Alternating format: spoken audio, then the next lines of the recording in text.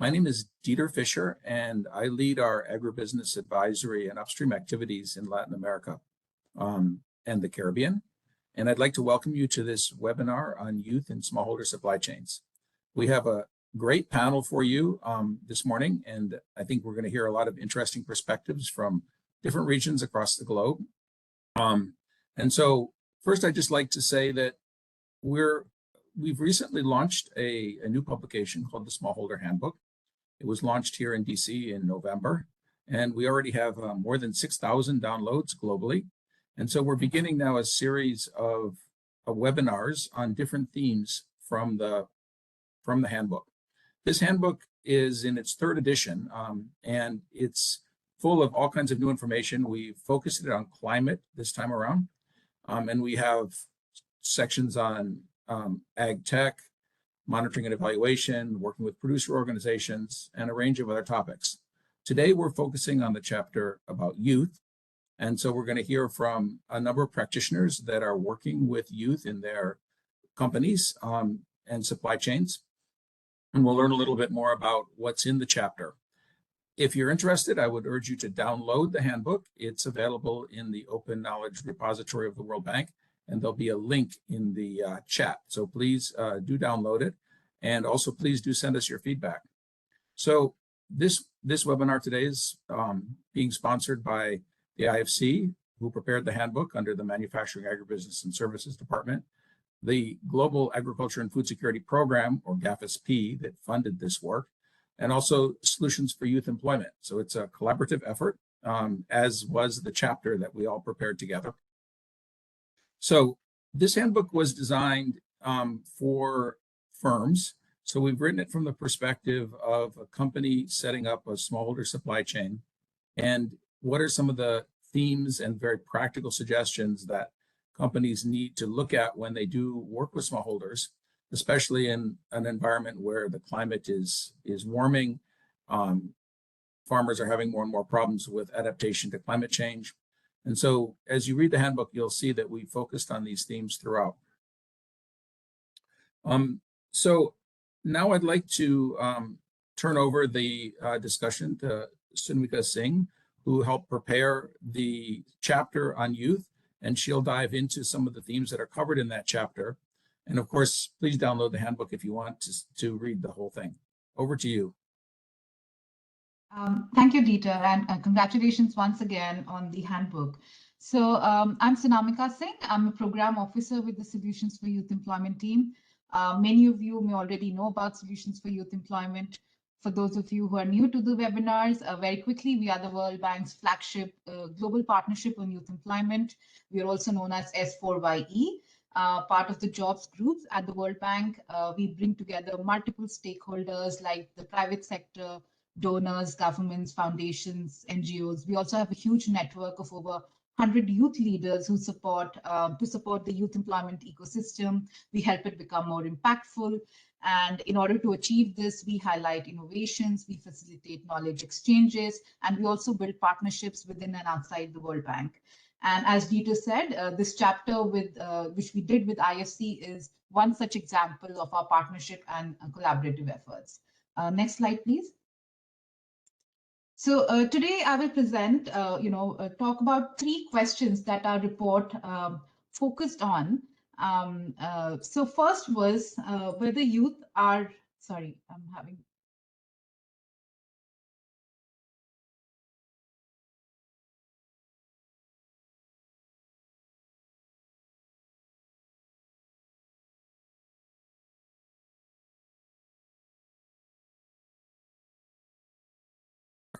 Are you having trouble with connectivity or? Yeah, now I'm back, right? Okay, perfect. You're back. Perfect. Thanks.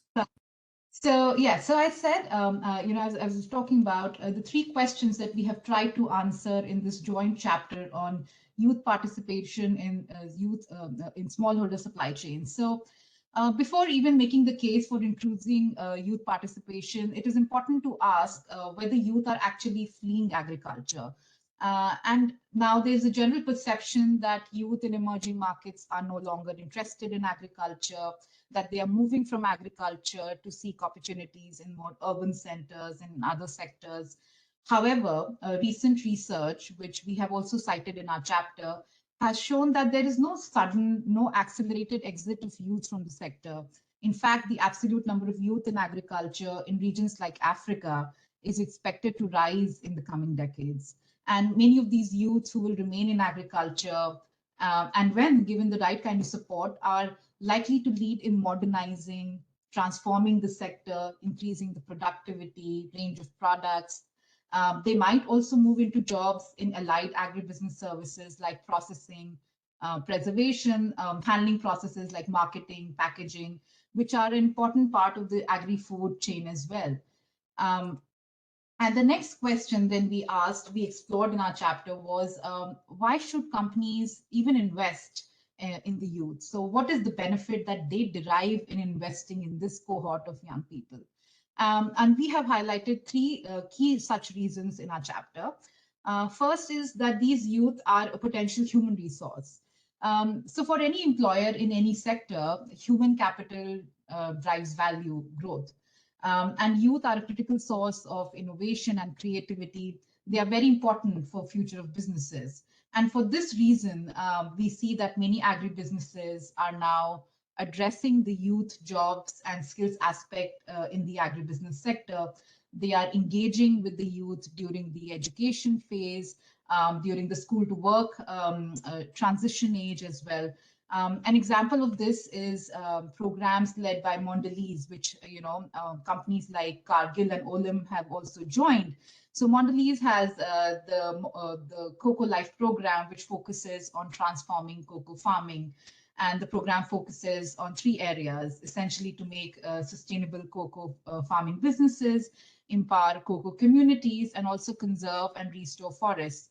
And thus, they also make it a more attractive profession for the future for youth who are coming into the sector. So just want to mention these case studies are more detailed in our chapter. And the second reason why companies invest or should invest in youth is because the youth are also their consumers. Youth represent a significant customer segment for the private sector. Engaging with youth as potential buyers will require an understanding of their preferences, their tastes, their habits, which one can develop by engaging with them as suppliers. So, and such types of investments in engagements with the youth also create a sort of shared value. So on the one hand, the company gains commercially, and on the other, social value is also created. And the third reason that we found in our research why companies invest is essentially social cohesion. Businesses thrive in peaceful, cohesive societies, and in any society where young people are safe, where they have access to education, good economic opportunities, they end up becoming builders of futures in their communities.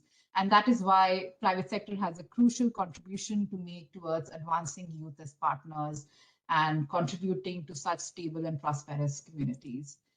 And the third and the last aspect that we have focused on our chapter is what are some good practices that we see being used by the private sector in increasing youth participation.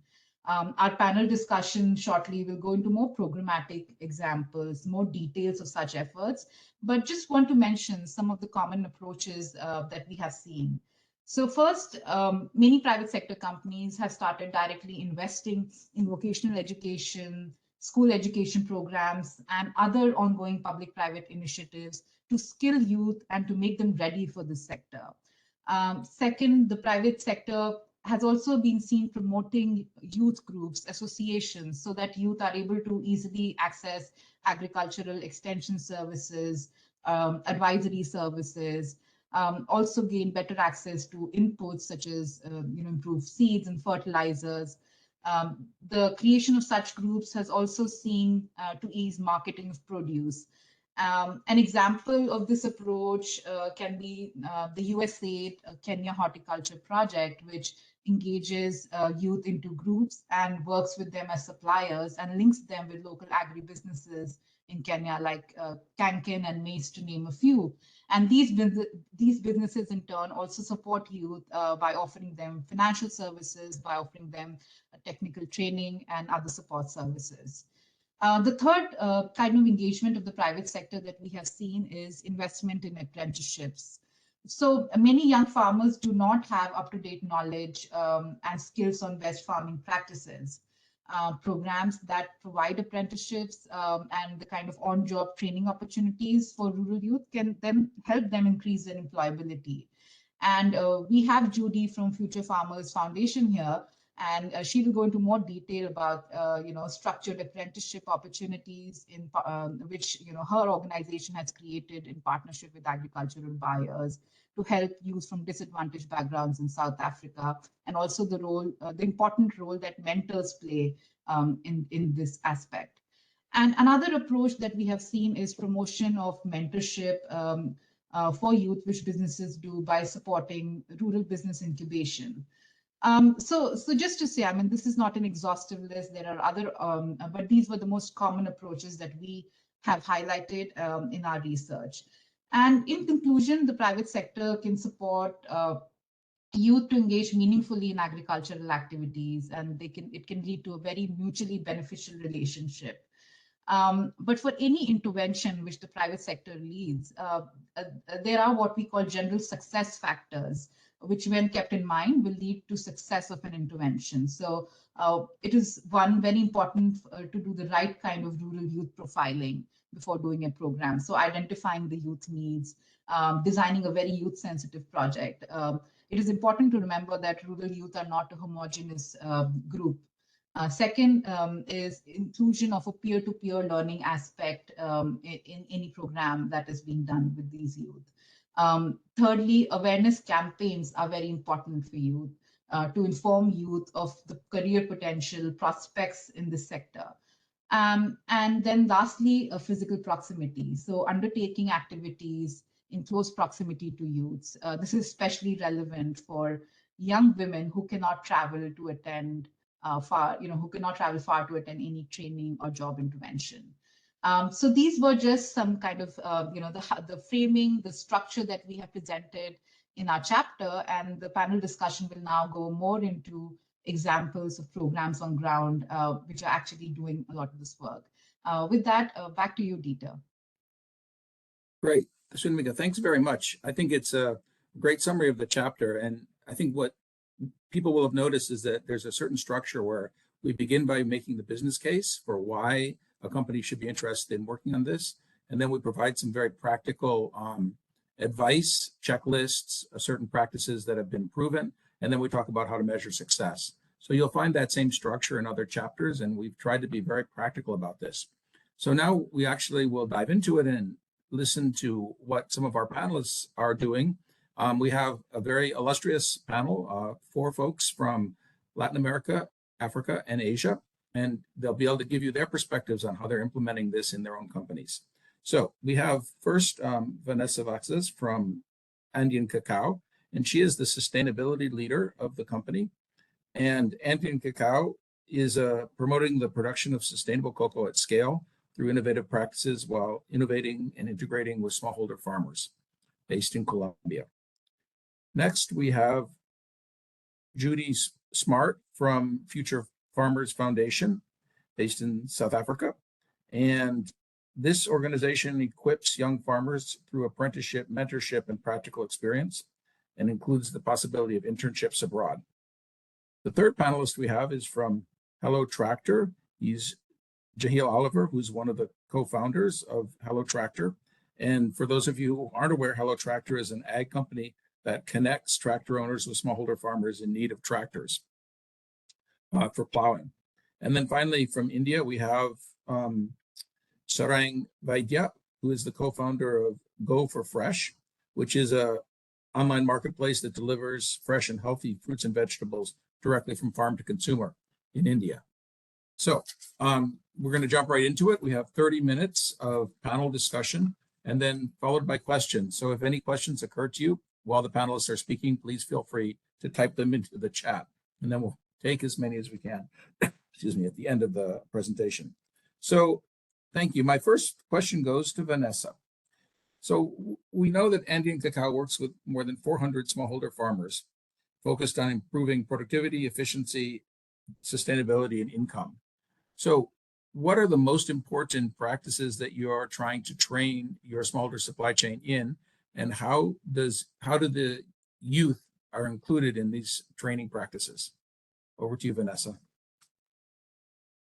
Hello, everybody. First, I want to thank you, Peter, Soledad, and all the IVES team for supporting us and for having us here. So, to answer your question, we are working in several aspects: the environmental part, the social part, and then the governance part. We have a lot of projects that are aimed to build a sustainable model for smallholder farmers. And in one of those aspects, one of those important aspects for us is going to the houses of the smallholders and working with their children. And so we go to their schools, the main schools in every territory we work, and we have a whole day to link what they are learning in their classes to what they live in their farm. So we want them to know that they can work like the business as usual in their farms, but they also can link in the environmental part, in the engineering part, mathematics, technology part, and all that part related to the cacao. So we want them to know that they can work in their farms, but they can innovate a lot. So they can trust that their future might be a lot of more like bright, that they can see right now that they have a lot of issues and a lot of challenges. So we are committed to show them, to make them more proud about their fields and their farms. And that's how we think it would be more sustainable in the future. Great. Thanks, Vanessa. I actually had the opportunity to visit some of the project activities. And what really impressed me was how excited the teachers were about this curriculum, because they really felt like they were giving their students skills that would be useful in the future and would help them get employment down the road. So it's a really exciting program. And I think this kind of weaving youth into the curriculum, weaving technical subjects like cocoa production into the curriculum is a great approach. So my next question is for Judy from Future Farmers Foundation. So I know your organization focuses on apprenticeships. Maybe you could talk a little bit about what are the benefits of peer-to-peer learning and how have you seen it in action? Thanks very much. It's a real privilege to be here and I really appreciate it. I think peer-to-peer learning might not be quite the right term. Basically, what we're doing is we're identifying young people in impoverished rural communities. They are undervalued, underskilled, underappreciated, and really to get into agriculture for them is very difficult. And a lot of them don't have any hope. What we are doing is we are trying to identify the people that have a real passion for agriculture. And it's part of their tradition. And many of them will talk about having helped their grandfather with his cattle and sheep, or their grandmother with her garden. Our goal is to get these people onto farms, starting with, what is your passion? What do you really want to do? What is your dream job? So if the person comes to us and says, I really want to work with chickens, we don't put them on a farm where they're growing vegetables. If you get up every morning to a job that you love doing, you've got to succeed. So we get them onto these commercial farms, good commercial farms, and they are working alongside experienced workers who have been there for years. They're working with supervisors and managers, starting at the bottom, earning and learning at the same time, and gradually building skills. We've had people become managers after only 4 or 5 months on a farm because they emerge as natural leaders. The next phase is for us to send those top performers on overseas internships. We've sent people to the United States, Australia, New Zealand. The wonderful thing about that is they're going into a completely different environment. They're learning something new all the time, and they're learning at least as much about themselves as they are about farming. We had a young man come into our office just a few days ago. He's just back from the United States, and he said to us, I now know what I'm worth. How do you value that? We create opportunities. They go out and do it. Yes, we support them. We support them with mentorship every step of the way. But that young man or young woman can stand there and say, I did this for myself. That sounds very interesting. I'm curious to learn more about it. Maybe we can have some additional discussion about how you choose the farms and how the folks are matched up, I guess. So let me take a question for Jahil first, and then we'll come back around. We have a number of questions coming into the chat as well. So Jahil, I think many people have heard about Hello Tractor, but maybe you could give a brief kind of introduction to how the company's working, but then focus particularly on how you're serving youth smallholders, and also whether you have any of the tractor owners who are youth as well. Yeah, absolutely. Thanks, Dieter. Thanks for the platform. Yeah, so Hello Tractor, we're a technology company at a very high level. We connect smallholder farmers to farm equipment owners, and we do that through a technology stack that we built natively here in our Kenya engineering office, as well as Nigeria. We have our solution starts with a farm fleet management platform. We install GPS on farm equipment and give the owners of that equipment our applications to remotely monitor and manage all aspects of the fleet.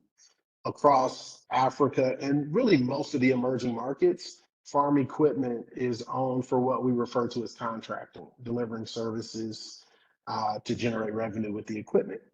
And the technology that we install allows those customers to not only optimize the equipment, but also reduce fraud, fuel theft, underreporting of work. And we do that through some pretty low-cost software that we've developed for the market. Then we have a booking application that's often used by young people situated in the community who can use the booking app to book tractor services on behalf of farmers in their community, making these opportunities to service smallholder farmers by a farm equipment owner transparent, traceable throughout the workflow. And for that service, the young people they earn a commission. Now, we kind of see ourselves as market makers in this kind of domain. Most smallholder farmers can't afford to own their own equipment, so they plant late, they undercultivate, they lose income. By connecting with these service providers, they can solve for all three of those issues. And as market makers, we also, as a result of job creators, and those jobs are overwhelmingly targeting young people. And that includes booking agents, like I mentioned earlier, but also tractor technicians. We have a certification program that we launched with our largest partner and strategic investor, John Deere, to certify young people in the community to fix tractors when they go down, to minimize machine downtime. These are valuable assets they can't afford to sit parked waiting on maintenance. But we also have job opportunities for operators. We train operators, get them licensed by the government. We do that in partnership with vocational programs in Kenya, where I'm situated today. We work with Egerton University on that. And then, of course, we got our team, right? We hire young people who are much smarter than me to build and manage our technology stack, our data layers. So it's an exciting opportunity to get people involved in agriculture, but more on technology and on the innovation side. And I think when you increase productivity, fundamentally, I think everybody in this panel will agree, it opens up all sorts of opportunities within the industry, not just as primary producers, but all the wraparound services that these growers require to maximize their productivity and income. Thanks. It's a fascinating model, and it's great to see you expanding into new countries. So my fourth question is for Sarang Vaidya, who is one of the co-founders of Go for Fresh. And this is a different sort of a company at the other end of the supply chain. So rather than at the input side, we're talking about the sort of last mile to the consumer. So maybe you could talk a little bit about how your company functions, but in particular, how youth is involved in the various parts of what your company is doing. Yeah, thanks, Data. Thanks, SPOE, World Bank team, and expert panelists and the global audience. Yeah, just to give a background, India is the second largest producer of fresh fruits and vegetables globally, and it engages more than 30 plus million smallholders, right from small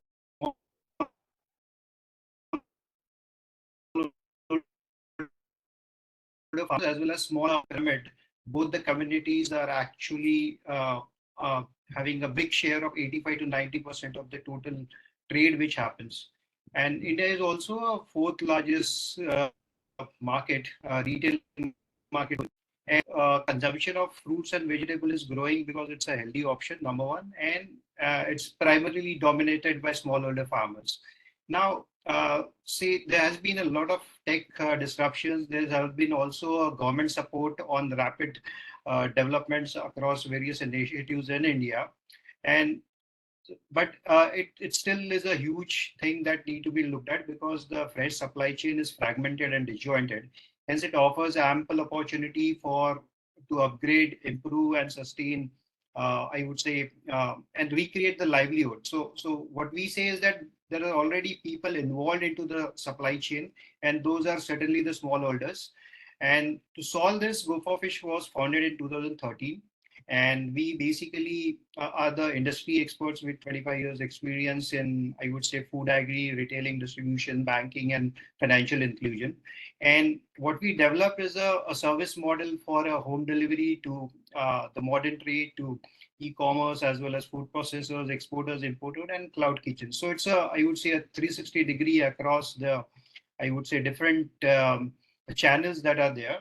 And in last 10 years, what's coming out very clearly is during this our journey is this upskilling of these particular farmers and adoption of sustainable technologies, as well as the package of practices is what is most important. And we develop farm side micro clusters. Now, these micro clusters are typically a network of pack houses and collection centers in around a 20 kilometers radius, and which we have developed and then eventually handed out to the rural youths who are basically the entrepreneurs. Now, these guys deploy, I would say, anywhere between, depending on the volume and the intensity out there, anywhere between around 10 to around 20 plus guys in that.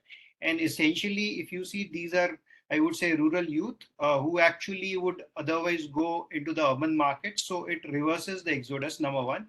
And number two, there had been a lot of women who had actively participated into it. And there had been fantastic results because when we deploy women, they actually are doing their home chores, and then they are managing a part-time activity in these particular, I would say, pack houses and collection centers. Their learning had been fast. They had been, I would say, very much dedicated on it. And what actually has came out very clearly is that the youth as well as the women are the huge, I would say, force which is unemployed in, I would say, global south. And that certainly, if we are able to activate properly, can certainly add directly to the GDP of those respective countries.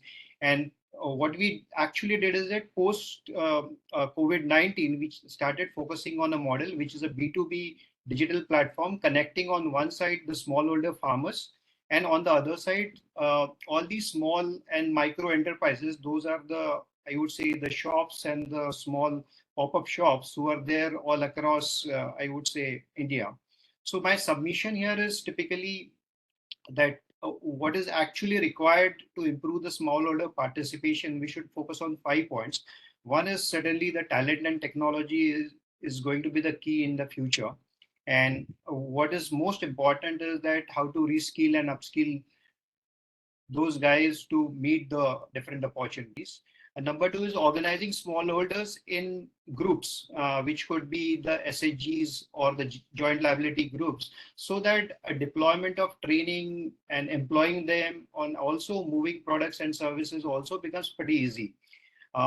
The third point is very important, is communicating growth, earning and learning prospects, because this is one thing which is typically missed out, and hence we have a mismatch, because there are a lot of jobs all around. If you see a job portal, they are flush with I would say number of jobs and job profiles, but what's missing is a typical matchmaking and a guidance and a counseling, which is actually not available.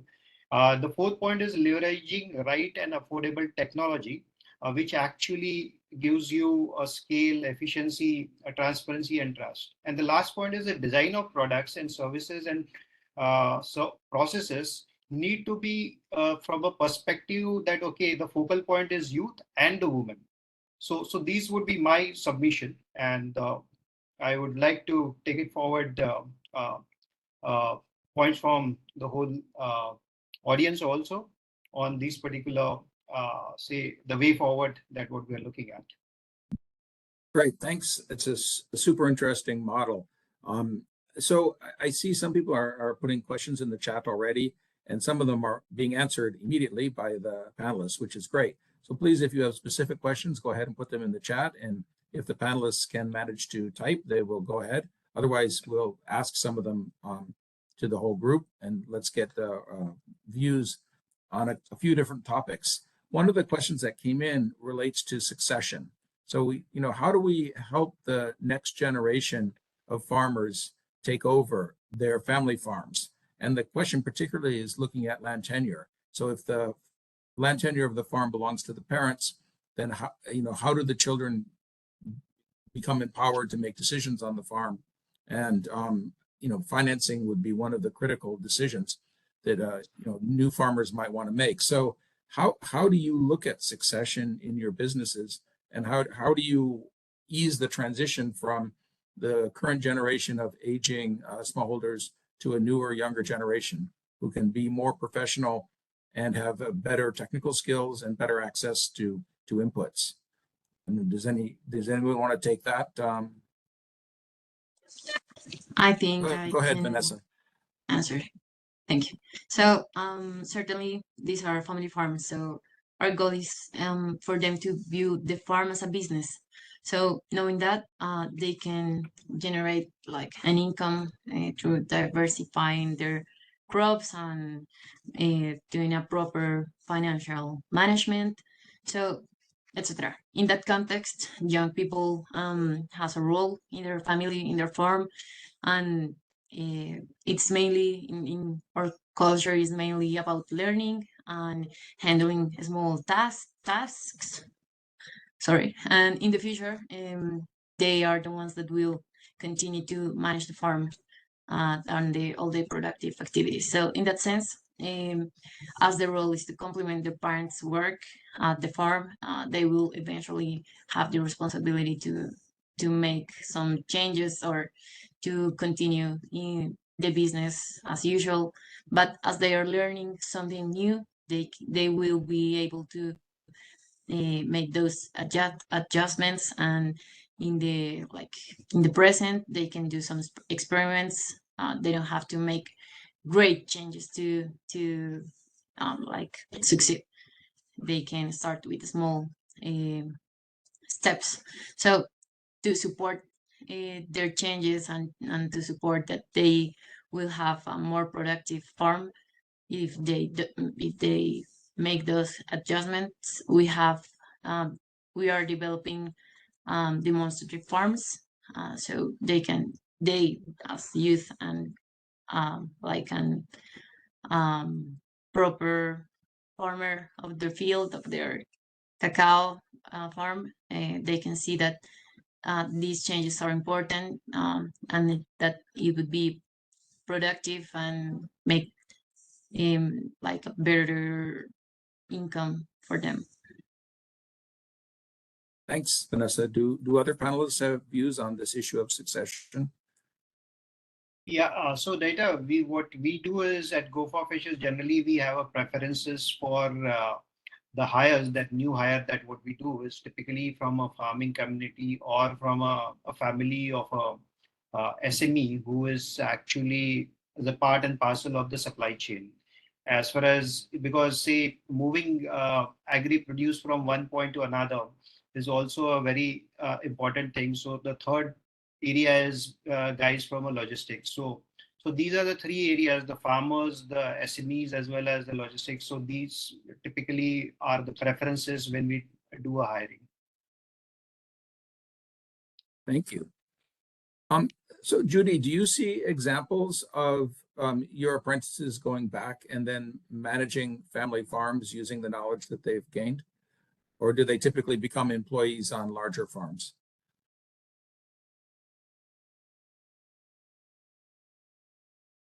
I think you're on mute.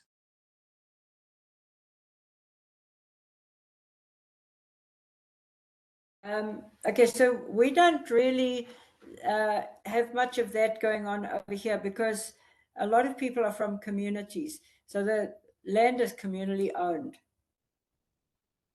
So that's not really something that we deal with very often.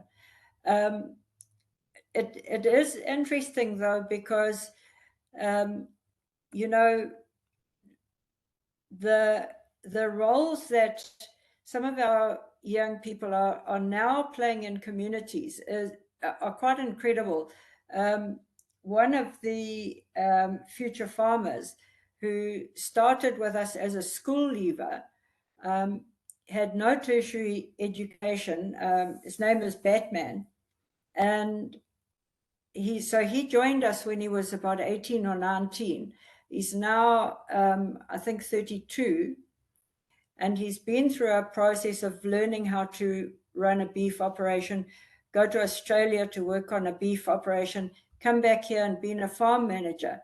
And he's now heading up a 300 million rand transformation project. It's actually a community revival project where the community has a number of farms which are not very productive, and he's taken on a huge task of training 600 farmers who are going to run these farms commercially under his guidance. And some of them will probably also move out into commercial farms elsewhere as managers and so on. And I just feel that, I mean, it's an incredible example to other future farmers that a young man from a really impoverished background, not only has he made a huge success of his life in a short while, but he's plowing back into the community. But as I say, we have these communities. Another one of our lads who, again, joined us straight from school, went to Australia, came back again.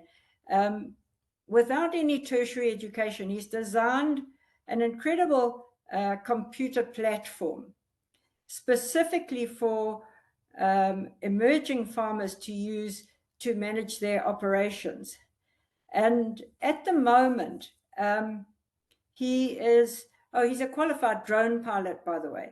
But at the moment, he is doing mindset change training. So he's working with traditional farmers, trying to teach them, or successfully teaching them, how to become commercial farmers and changing their mindset from traditional old systems to modern farming systems with a focus on conservation, soil conservation, sustainability, and commercial success. So our system is a little bit different because you don't very often get farms being passed down from a father to a son or a mother to a daughter, or whatever the case may be. It's more community development.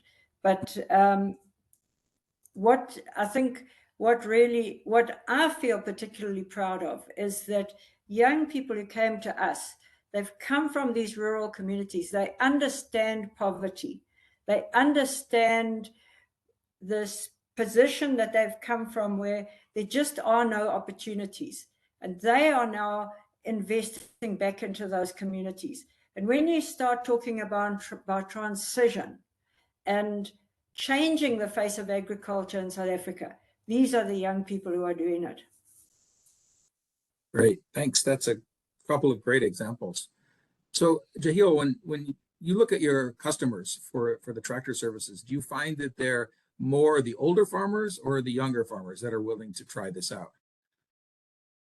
Overwhelmingly older farmers.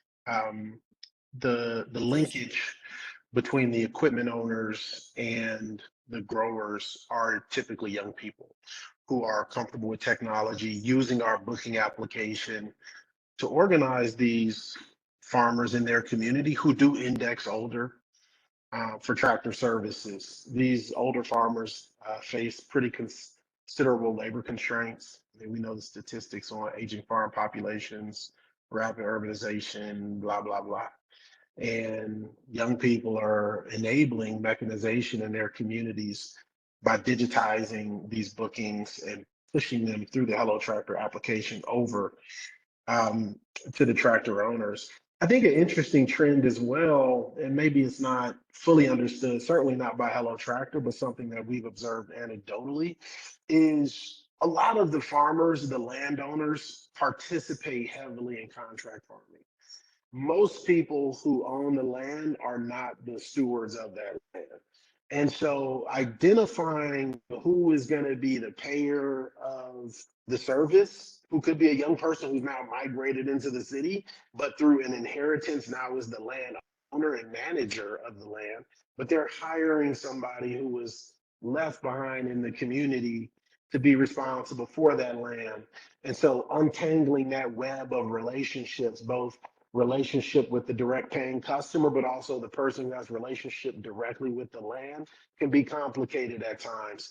And it's fascinating to see how land ownership and stewardship is evolving over time as these parcels get passed down throughout the generations. And it also causes, as you might imagine, fragmentation of the land, right? Yeah, it's fascinating how often land tenure comes up as an underlying problem. I mean, I've been doing a lot of work on the forestry regulation in the EU. And for those who aren't aware, you know, in another year or so, all the smallholders who are producing commodities like cocoa, coffee, palm oil, when those are exported to the European Union, they'll have to be farm maps if the farms are bigger than 4 hectares. And so gathering the data, of course, is a huge issue, but underlying that issue is who owns the land. And the point that you were making is that a lot of times the actual owner of the land is not the person who's farming it. And so, you know, how is an exporter going to certify that there's no deforestation going on when they can't even pin the land ownership to one name? We even see this in a sophisticated market like Brazil, where theoretically all of these things are online, but the reality is that those data files are not necessarily, you know, indicative of who owns the land. This actually brings me to a question that we had for everybody, but I think there's a critical need for public-private partnerships here. Land tenure, you know, cadastre is one example, but do you have other examples? I heard a couple of along the way, the certifications that you're doing for the tractor mechanics, and of course in the Columbia example, the schools are public. But how many other examples do you have of these public-private partnerships, and what do you think the role of the public sector is in helping you implement your visions? I don't know who would want to jump on that first. I got a brief one. Outside of South Africa, the government remains the largest purchaser of agricultural equipment in sub-Saharan Africa. A lot of times that's done through PPP, public-private partnerships. And unfortunately, because of a variety of factors that is quite complex, oftentimes these mechanization programs fail, and fail woefully. I mean, after a year and a half, you see these tractor graveyards of machines purchased through financing, oftentimes through multilaterals, and paid for by tax dollars, ultimately sitting parked and into disrepair. And the real opportunity, and I think it's really hard for us because we're a small company, and we don't necessarily sit around the tables when these decisions are being made, particularly at the ag ministries. But we can, our job is not just, employing young people, is making sure tractors remain online, work in the fields, profitable in a sustainable way. And we could add a lot of value to these public sector projects. My wish is that there was better alignment between the public and private sector, not just at the point of procurement. We have no interest in selling things and walking away, but just making sure that equipment is so precious, is so valuable, remains in the market, repaired by technicians, spare parts available, servicing smallholder farmers in a documented, traceable way, right? That's a lot, but that's my wish. That's yes, I can relate. I've seen enough of those tractor graveyards that it's heartbreaking to see the public resources there just rusting away, and next door someone is using a hand hoe because of course they don't have any mechanization. It's crazy. We need to put you in touch with the right people at the World Bank who are designing those projects. Yeah, we have to help. We're happy to make connections. So my next question is for Sarang. It's a fascinating model that you have, both on the farmer side and then on the SME side. And how I think I could see challenges with scaling, because it seems like you have a lot of touch points where you need to interact with individual farmers or SMEs. How are you looking at that scaling challenge and without increasing your own staff too much?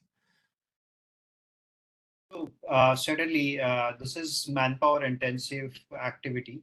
And what we are doing is we are certainly, one is leveraging technology wherever is possible, because that's important. And certainly, because when we think about farmers and smallholder farmers, it's not I would say, a concentrated thing. We generally touch base farmers into multiple clusters who are into remote villages and all. So logistically, it's a challenge, number one. So training these guys, certainly we can use, I would say, technology to the best.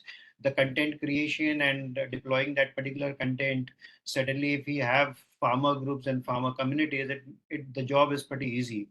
But certainly it's a tougher thing, assuming that, okay, wherein we are looking forward on a scale up. So what we are doing right now is we are basically split it into two. One is a farm to market and another is market to, I would say, the small retailers.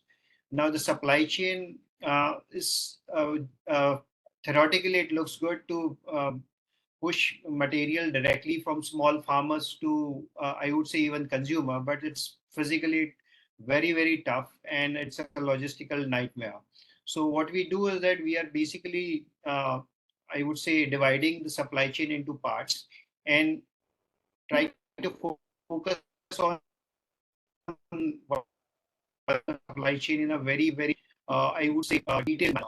So that generally gives us I would say, a scope to create capacities across that particular point. Just to give example that, okay, we are now connecting smallholder, I would say, the SMEs in Mumbai, which are the pop-up shop, the hawkers, as well as the small fruits and vegetable vendors, which would be roughly around 10,000 plus, to the market, which is there in Mumbai only. But these guys are not able to connect. The wholesalers and the retailers are not able to connect physically. So this is one particular part. What we have done is that we are typically looking at the problem in a, I would say, a small problem, not, I would say, looking at a bigger problem, because splitting it into a smaller one certainly gives us a lot of solutions. And then we can take one by one. So similarly for the farmers, what we see is a bigger issue is on the having a visibility of what is available at the farm. So therein, the focus is basically on digitizing the farm level information, which is a land, crop, soil information. And then once that information is available, that information then need to be available at the aggregator level. So it could be a farmer producer organizer or a farmer group or a credit society. Those guys do not have a farm level visibility. So what we are trying to do is that the farm level information is then connected with the aggregator. So that particular part is integrated. Now, once this is integrated, the aggregator is the one who is basically connecting the smallholder farmers with the markets. So then comes the third component, which is integrating and digitizing the whole workflow right from this particular aggregator to the market linkages. So what we have essentially done is basically broken up all these particular supply chain, which is a long supply chain, into a shorter one, and then addressing the challenges which are there in each part of that particular value chain. Super interesting. One of the themes that you mentioned and a couple of the other panelists have also mentioned is this idea of aggregation and the importance of being able to work through groups of farmers rather than with individual smallholders. I know that Andean Cacao does work actively with cooperatives, and I think other folks have also mentioned that this importance of aggregation. So I would suggest to look in our handbook because we do have a chapter on aggregation models.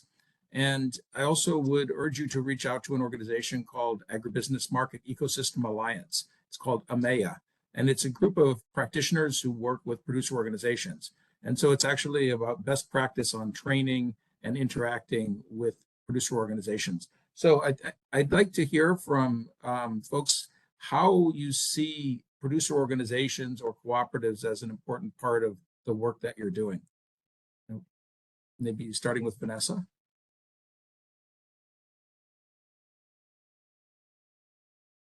Sure. So mainly there are the center of our work. So it's cacao, but without the organizations or the farmers, we wouldn't have like any business. So in that sense, working with them to improve their livelihood, it's like our main concern. So they're important for us, and their future, the health of their soil, it's important for us, and we know that it's important for them, even if they are not sure about it right now. So they are our main issue. Thanks. And Jahil, are you working with groups of farmers, or is it more of an individual connection between the tractor owners and the people needing the service? So indirectly, we certainly work with organized farmer groups. It's hit or miss when we explore the quality and the real kind of relationships that actually exist between these farmers. They all look great on paper, but sometimes sorting through how effective the co-op structure is really, it's a mixed bag. Our approach is really, you can target in those formal networks, but we still want to see organic network formation. If you're going to be a booking agent for Hello Tractor, we want you to organically form your own farmer network, book that network into the app, and then we'll hold you accountable to ensure that what gets booked gets serviced, right? And if we see a trend of either farmers being booked and not real, or the numbers not always kind of matching up with the rhetoric, then we reserve the right to kick you off the platform. But it's so hit or miss, it's hard for us to build a playbook specific to farmer co-ops. Rather, we want to have a one-size-fits-all playbook that can work with farmer networks that are well established in co-op formation, or loose networks that exist naturally through just the relationships that exist in these communities where farmers know their neighbor. And that's a stronger fabric that we've been able to build just from our acquisition channel on top of. That's an interesting point. I think here at IFC, we think about aggregation a bit more broadly. So it's not just cooperatives, but we also think of those loose networks. So a collector of agricultural commodities, that's an aggregation point. and it has different qualities than a co-op, but maybe sometimes more effective.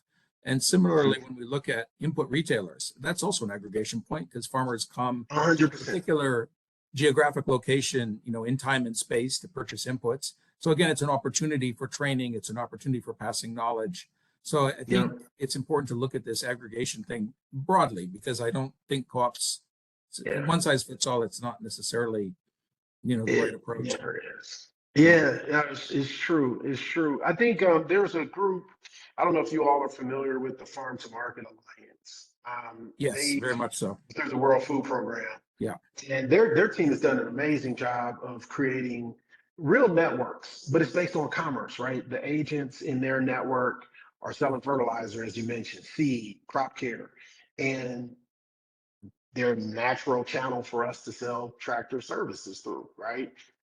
Some of them are informal networks. Many of them are not, right? Their relationships are based on trust through transactions. And that's a great relationship for us. Mm-hmm.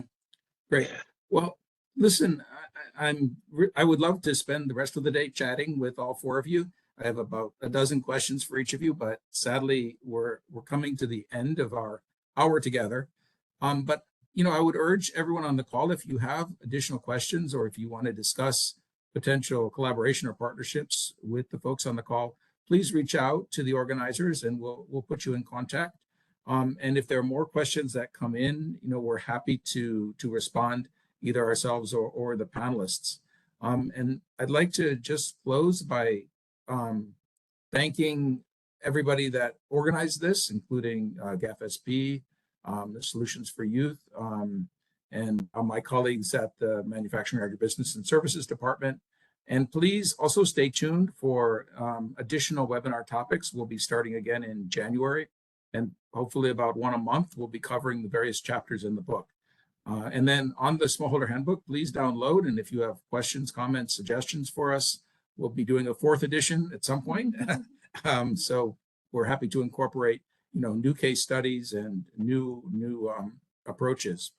So I would just like to close by thanking everybody. And I don't know, Sunami, could you have any last words for the group?